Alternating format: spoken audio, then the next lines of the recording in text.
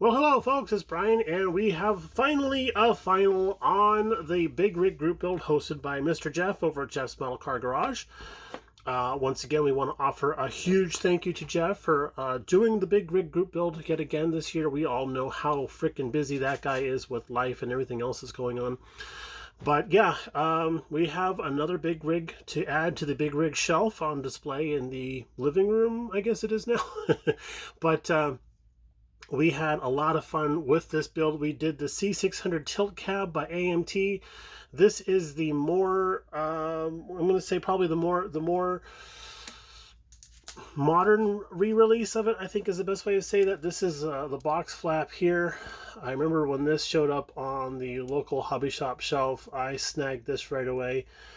Shut up and take my money type of deal, and brought it home. I opened the kit up and took a look inside, and I was extremely excited to see that the truck actually came with the short frame that we're using here, and that gave me all sorts of ideas on what we wanted to do. I was also extremely excited to see the kit still had the fifth wheel in there, as we have learned that this is now called. Thank you for the commenters for helping us with our vocabulary on big rig stuff. We're still a little bit lacking on some things here and there, so that is appreciated. So this is, we've been all been watching the videos over the last few weeks of what we have been doing to this guy here, but we wanted to show you a final and give you some beauty shots of this guy. A couple of guys had mentioned that this is like a French bulldog. It's so ugly, it's cute. I cannot disagree with that statement. I think that sums this up greatly. And I mean, just look at this. Look at this right here. That is the saddest looking truck in the whole world. It's a Huckleberry Hound Dog right there. Yeah, that's I just love this kit. I was showing it to the guys last night, and Mr. Lucasy was taking a close look at it, and he goes, you know, it's this stuff along the top here, this rusting technique that we did along the top there, that really sells the whole thing. And I'm like, I can't disagree. You know, I've impressed myself, I guess is the best way to say that. And I think that that is probably the whole key to model building is, one, make sure you're having fun. If you're not having fun, then you need to pick a different hobby. You know, that's basically it. And two, do stuff that will impress yourself. You don't have to be impressing other people out there, but make sure you impress yourself. And if you impress yourself, you're always probably going to be doing well. So that's my philosophical point of view for the day. I'm not sure what was in my coffee, but it was it's very retrospective today. Anyway, the last thing that we did to this little dude here, we're going to go back around to the front to the cab, and we're going to point out that we did do a light weathering on the windows. We just did a wash with some Tamiya panel liner. We did the dark brown. Did a wash over that, and then we used some Q-tips to clean up where the wipers would have been working on there. The glass still has a bit of a high gloss to it here and there. That's out of the kit. I wasn't quite sure how I was going to tone that down. I didn't feel like shooting it with flat clear because I think that would have frosted everything up just a little too much and a little too uniformly as well. So we just did a quick wash of the panel liner and then Q-tipped off the excess here and there, kind of sponged off the excess. And what we also had done is we did some weathering powders along, I guess the best way to call this is the shoulder here. I call this the cheeks, but along the shoulders here. And I think that that also really helps draw the eye to the fact that this thing is just sun-beaten when weathered. Now, we had mentioned in another video that we had a devil of a time because we were getting fingerprints all over all the blue paint here because of how flat that was. And of all things, we discovered that we did some tests. We didn't do some actual tests on this guy. We did some tests off on like on a spoon or something. And we did some tests to find out what would be the best way to clean that kind of paint. And it turns out regular old Tester's enamel in the small glass jar, we just dipped a Q-tip in there, dried it off a bit so it wasn't too saturated, and then we just did vertical strokes off there to take the fingerprints away. And then when the thinner dried, it left the blue paint even more dull and weather beaten looking. So I'm like, okay, that's a trick that's going to go into the weathering bag. We did use Tamiya paint on this guy. The white areas are a TS7 Racing White. This is a gloss paint, so we did have to do a flat coat of clear to tone that down, but that worked in our advantage because we did do another coat of XF18, which is the blue on there, and this is, wait for it, medium blue. So I was calling it intermediate blue, but it's medium blue. Awesome color combination, I think, for this, especially for this type of build thing here, and where the little rust bits are poking through. It just kind of brings it all together. I do want to do a little bit of a flat coat on the hubs. I think they're a little bit glossy still because the hubs are painted with the same paint as the cab insert and stuff. But oh, here comes the air conditioner to ruin the video. We did do weathering powder all along the top of the frame to give it more of a weather beaten type of look. The only thing that I really feel like I'm missing is some sort of pogo stick with connectors. That is something that I think I'll add a little bit later on. But we wanted to get this guy done and up on video.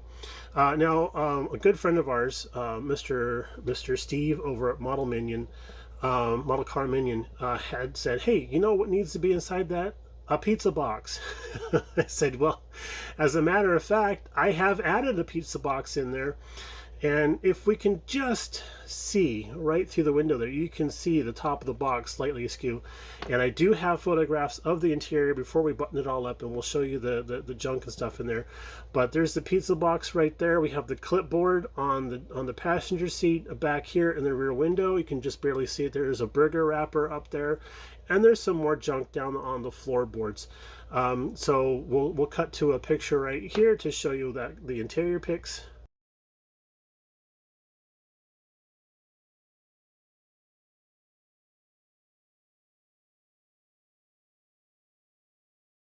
And then, yeah, that really weathered up really nicely on the inside there, and the extra bits of junk and everything just really, I think, just pull it all together. So thank you, Steve, for the suggestion there, and for helping us out with pizzas and pizza boxes in the past. I still have quite a few of those left over, and they'll probably show up on future builds, I hope.